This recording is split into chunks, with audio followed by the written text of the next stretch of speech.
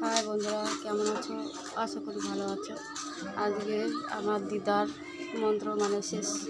মায়ের যে মা তেরাত্রি করেছিল, এখন মামারা করছে, ভাইরা মন্ত্র করছে।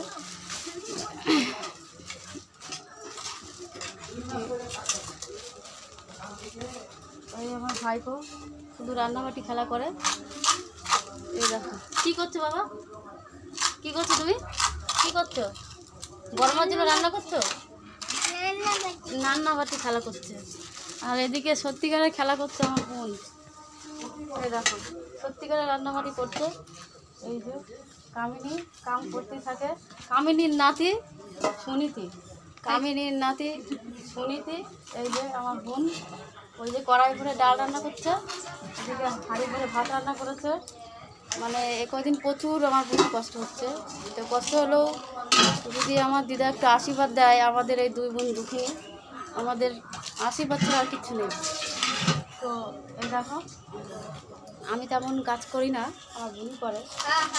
আমার বোনই সব করে, আমার বোনের মতন আমি করতে পারবো না। বোন মানে প্রচুর খাটতে পারে, আমি খাটতে পারি না। তো এদিকে দেখাচ্ছি আরও।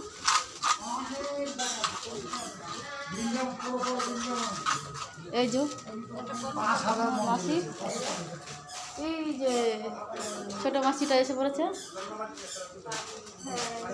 আমি গোপীনাথ বাজারে এইখানে গীতা পাঠ, গীতা পাঠ হয়েছিল এখানটা, এখানে গীতা পাঠ হয়েছে দিদার জন্য। আজকে মন্ত্র যাওয়া তো শেষ, তাই এখানে গীতা পাঠ হয়েছিল। গোপীনাথ বাজার, দুই মাসে গোপীনাথ বাজারে।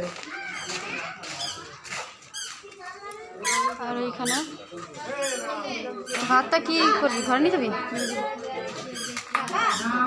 ভাতটা ঘরে নিয়ে যাবি। এইখানে যে আমার ভাইরা মন্ত্র হচ্ছে।